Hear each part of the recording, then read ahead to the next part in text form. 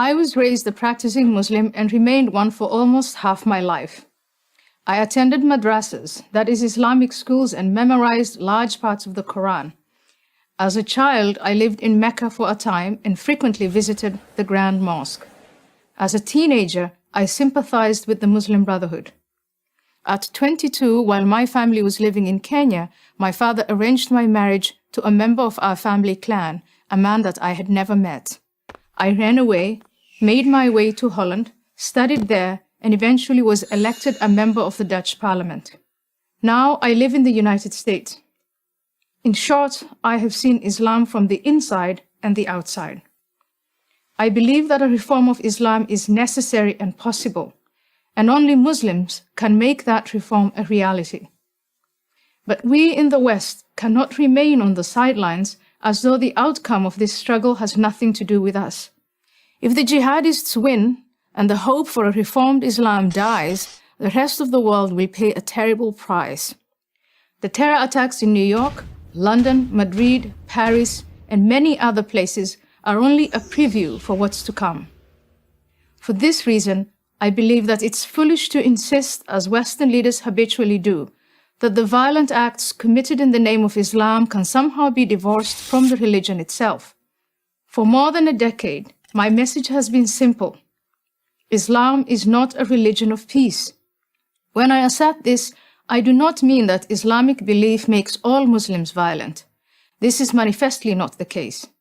There are many millions of peaceful Muslims in the world. What I do say is that the call to violence and the justification for it are explicitly stated in the sacred texts of Islam.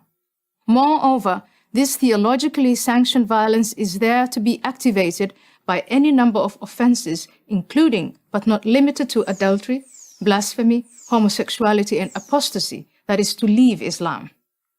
Those who tolerate this intolerance do so at their peril.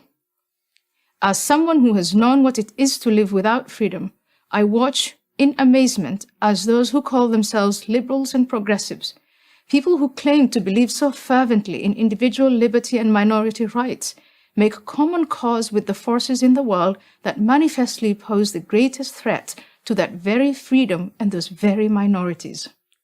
In 2014, I was invited to accept an honorary degree from Brandeis University for the work I have done on behalf of women's rights in the Muslim world. That invitation was withdrawn after professors and students protested my criticism of Islam. My subsequent disinvitation, as it came to be called, was no favor to Muslims, just the opposite.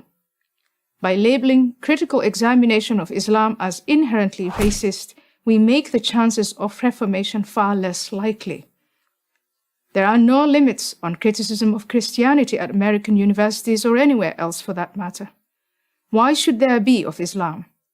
Instead of contorting Western intellectual traditions so as not to offend our Muslim fellow citizens, we need to defend both those traditions and the Muslim dissidents who take great risks to promote them.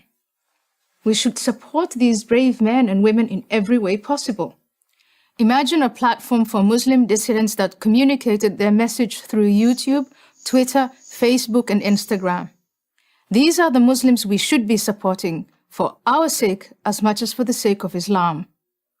In the Cold War, the West celebrated dissidents such as Alexander Solzhenitsyn, Andrei Sakharov, and Václav Havel, who had the courage to challenge the Soviet system from within. Today, there are many dissidents who challenge Islam, but the West either ignores them or dismisses them as not representative. This is a grave mistake. Reformers such as Tawfiq Hamid, Asra Nomani, and Zuhi Jasser, and many others must be supported and protected. They should be as well known as Solzhenitsyn, Sakharov, and Havel were in the 1980s. If we do in fact support political, social, and religious freedom, then we cannot in good conscience give Islam a free pass on the grounds of multicultural sensitivity. We need to say to Muslims living in the West, if you want to live in our societies, to share in the material benefits, then you need to accept that our freedoms are not optional. Islam is at a crossroads of reformation or self-destruction. But so is the West. I'm Ayan Hirsi Ali of Harvard University for Prager University.